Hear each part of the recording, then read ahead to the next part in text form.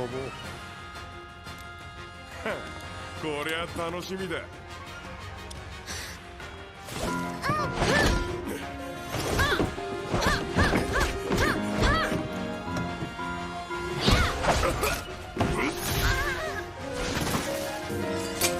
続きだ。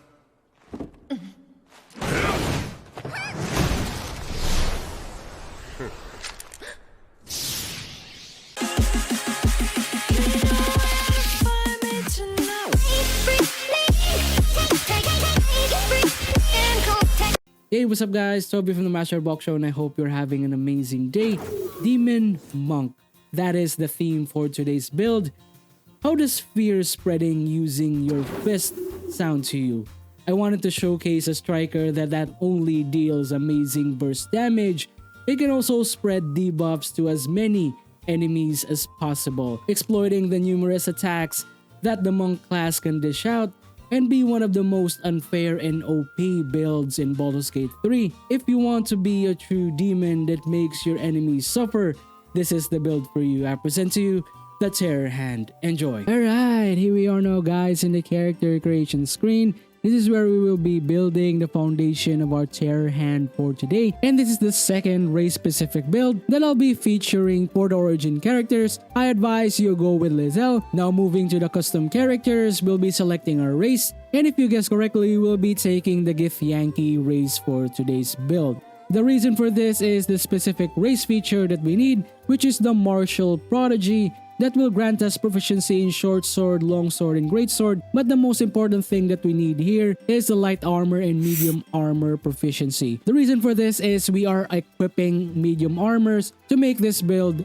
viable. For the classes, we'll be starting off with the monk. The monk is one of the most powerful burst melee classes in the game. For the backgrounds, there are two backgrounds that are interesting for the build, starting with the guild artisan and the soldier. For the soldier, most likely we'll be benefiting from the skills of athletics instead of intimidation due to our high strength. And for the guild artisan, we'll be unlocking some skills such as insight and persuasion, and most likely we'll be benefiting from insight due to the high wisdom that this build possesses. For the abilities, most likely it will look like this. We'll be prioritizing strength, wisdom, constitution, and a little bit of dexterity, especially in the early games. And for the late game abilities, most likely it will look like this. You'll be around level 10 to 12 and we will be respecing and removing strength from our ability points because we'll be getting a specific gauntlets that will increase our strength to 23, and that's why we will be reallocating the stats in order to make our build much more effective. Right after character creation, we'll be moving into level 2 of our character and focusing on our monk class. We unlock a few class features such as additional key, and we will just focus on the monk class, especially on our early levels. Level 3 of our character and focusing on our monk class, we are now unlock our first subclass that is important for the build and the foundation subclass that we'll be needing to make our Terror Hand as powerful as possible. And we'll be taking Way of the Open Hand just to unlock the actions of Fury Blow, Stagger, Push, as well as the most important that we need for the build, which is the Topple. We will be punching our opponents twice and probably knock them prone for one turn with the cost of our key and our bonus action. Level 4, and we'll be focusing still on our monk class. We now unlock our first major feat of the build and we'll be taking Tavern Brawler for this level. When we make an unarmed attack or use an improvised weapon or maybe throw something, our strength modifier is added twice to the damage and the attack rolls. We'll be spending the free ability points to our constitution to round it out into 16, but most likely you will be taking it to strength if ever you are still taking the Tavern Brawler on your early levels, especially from 1 to 7. After you respec, you'll be spending it into your constitution from 15 to 16. Still following the monk class, and we are now level 5. We unlock our second class feature that is important for the build, which is the extra attack, as well as some really nice actions such as the Stunning Strike melee and the Stunning Strike unarmed. Most likely we'll be using the Stunning Strike unarmed, and we can possibly stun our enemies for one turn just using our key points.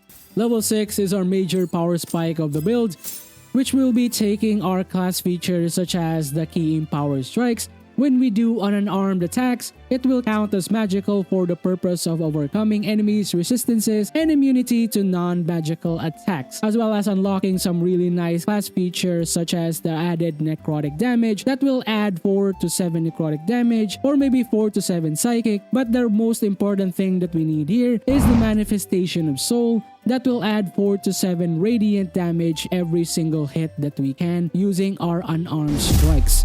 Level 7 is the level that we'll be introducing our second multi-class of the build, and we'll be taking the Warlock class as early as this level. As for the subclass, we'll be taking the Great Old One for the purpose of getting the subclass feature, which is the Mortal Reminder. When we land a critical hit to a creature or an enemy, that creature must succeed the saving throw or become frightened until their turn ends. Frightened is one of the most powerful debuffs in the game, which prevents enemies to move, as well as providing disadvantage durability checks and attack rolls. For the cantrips, you can take Eldritch Blast. For the spells, we'll be taking Hex, as well as maybe the Armor of Agathys. Level 8 and still focusing on our Warlock class, which is level 2. We unlock our first set of Eldritch Invocation and the only Eldritch Invocation that we need for the build, and we'll be taking Devil's Sight, as well as the one with Shadow if you prefer. This will provide us with a free invisibility spell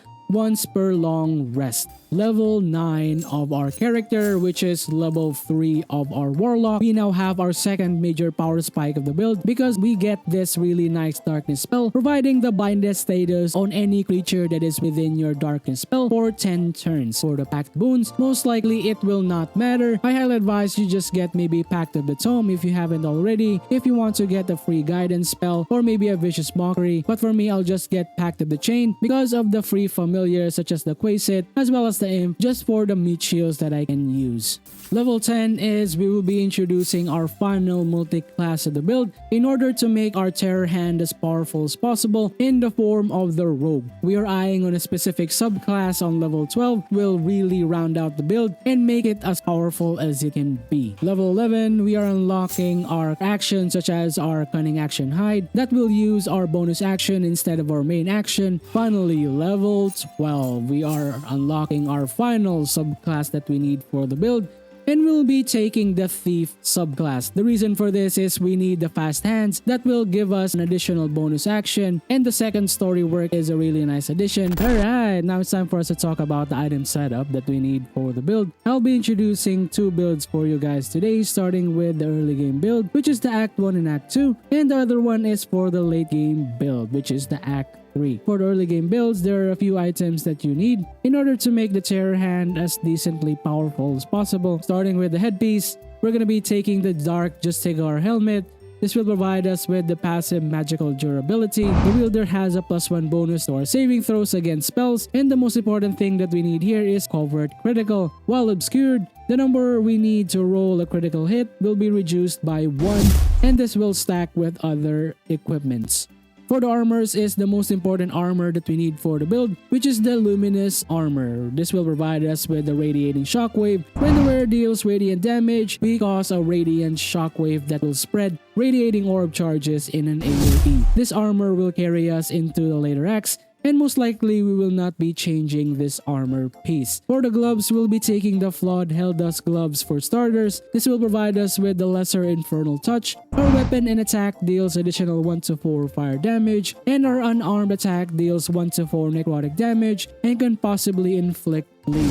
For the boots, we'll be taking the Disintegrating Night Walkers. This will provide us with the passive Night Walker, can't be in web, entangled, and ensnared, and can't slip on grease or ice, as well as a free Misty Step spell. For the amulets, we'll be taking the Sentient Amulet. This will provide us with an array of spells such as Shatter. We can talk to the Sentient Amulet, but the most important thing here is the Key Restoration. This will provide us with 2 key points every long rest upon action. For the rings, we'll be taking the Ring of Protection. This will increase our AC by 1, as well as our saving throws +1. And for the final ring, we'll be taking the Risky Ring. This will provide us with a risky attack. We gain additional advantage to our attack rolls and receive disadvantages on our saving throws. Now we're gonna be talking about the Act 3 build in order for us to make our Terror Hand as powerful as possible, and it'll also include some recommendations, especially if you haven't acquired the items yet. The overall idea of the build, especially for Act 3, is to stack any items that will increase your chances of landing a critical hit, so we will be doing that. First up is we'll be taking the Saravox Horned Helmet. This will provide us with the passive Deathbringer Sight, basically granting us dark vision, but the most important thing here, as I said, the number of rolls that we need to land a critical hit is reduced by 1. What's really cool here is the effect will stack. If you haven't acquired the Saravox Horned Helmet yet, I highly advise you take the Horns of the Berserker. You can get this really early, especially in Act 3, and you will be getting the passive Seeking Blood. We gain a +2 bonus to our attack rolls when we are attacking creatures that already have taken damage. But the most important thing here that is notable is our unarmed and our melee attacks will deal +2 necrotic damage as long as our health is not 100%. As for the cloak, you can take the Shade Slayer cloak. This will provide us with the stealthy critical. While we are hiding, the numbers of rolls we need for our critical hit will also be reduced by 1.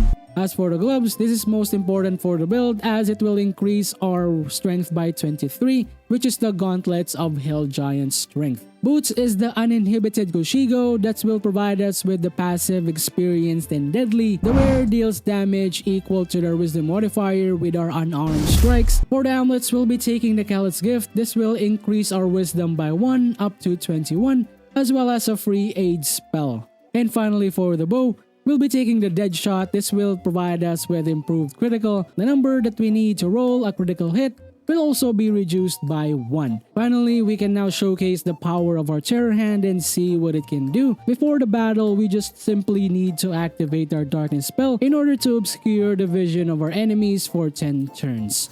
So we'll just use it here. But after that, we'll be moving into the hide. Basically, we can now start a battle using our Terror Hand. So whenever you can on turn 1, you just need to open up using maybe your melee attack or maybe use your Fury of Blows to add that radiating damage so that we can activate the radiating orb spread to our enemies. So we'll just try it using here and we'll be activating this to our enemies. Now as you see, enemies now have radiating orb charges, 4 stacks each. Now it's time for us to attack using our Terror Hand. So we can use our melee attack here and just use our action, which is our unarmed strike, just to proc critical hits or maybe radiating orb charges to our enemies. So we'll just use it here. Now we just activated the fear and we just frighten our enemies using the Mortal Reminder as well as the radiating orb charges of 2 stacks. Now we can follow up again to a melee attack, and most likely that enemy there won't have the ability to hit us. We're just using here 4 stacks and we spread fear to our enemies once again. As you see, enemies in that area have fear and most likely they won't have actions. So we can just spend our action here and finish up our enemies if we want, just to use Fury Blows for the sake of it to this target, just to add more stacks of Radiating Orb. And we'll just reposition to another area, ending our turn. Enemy frightened, some of them have Radiating Orb charges. Enemies are frightened here. Most likely they won't be having the ability to attack us.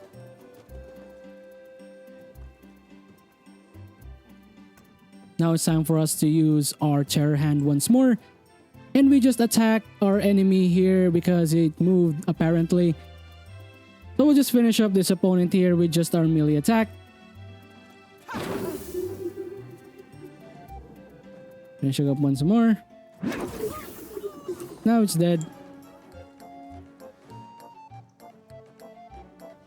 And we'll just try to eliminate and add more stacks to our opponents here using our Fury of Blows. Now we just had 5 stacks and 10 stacks to the other ones. Moving away, using our class action hide, and ending our turn. Most likely our enemies will just look for us and they won't be using any action because they can't find us. Now it's time for us to attack using our terror hand once more. And it's time for us to eliminate some opponents here. I would love to eliminate this opponent right here just for the sake of it. Got Radiating Orb. Finishing up once more. And maybe just use this unarmed strike because he already has low HP. Instead, going back to our hide, repositioning, and ending our turn.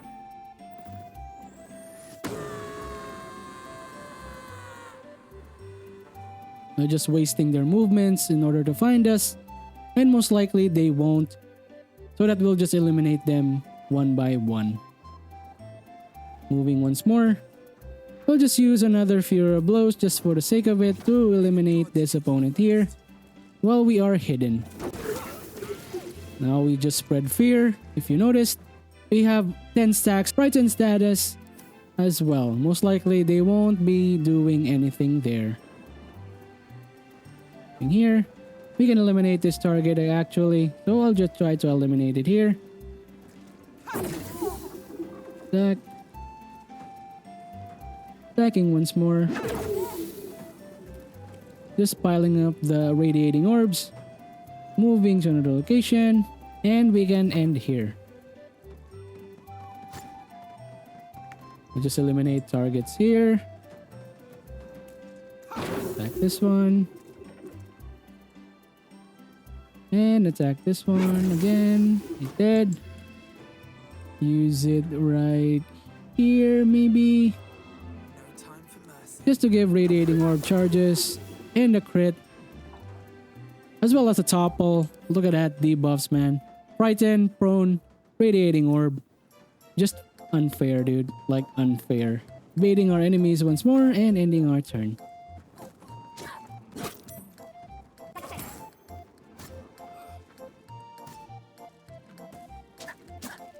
Now it's time for us to use our terror hand once more. And let's try to eliminate the opponents here. Got topple. We can use our normal attack. And another normal attack. Move away from our enemies. Got spread 4 stacks.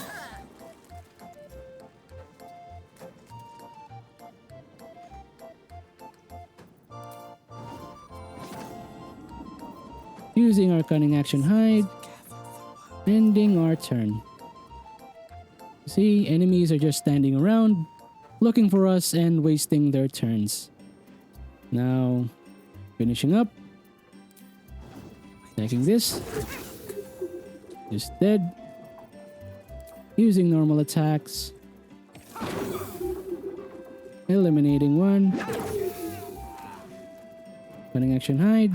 And repositioning, ending our turn. Alright guys, I hope you enjoy the build of the Terror Hand.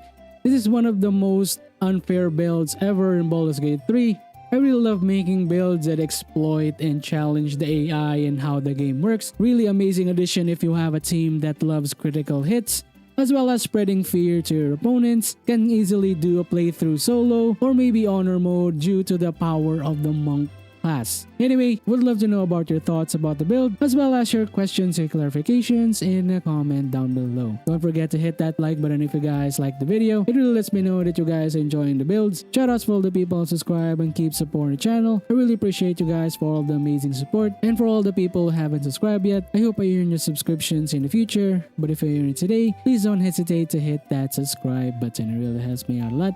And if you want to support me directly, please consider joining our D20 Rollers Club by hitting the join button. Join our Discord with the guys, and not to mention Patreon if you want to go that route. Finally, that's it for me. Hope to see you soon on the next Master Box Show. Peace out. Bye guys.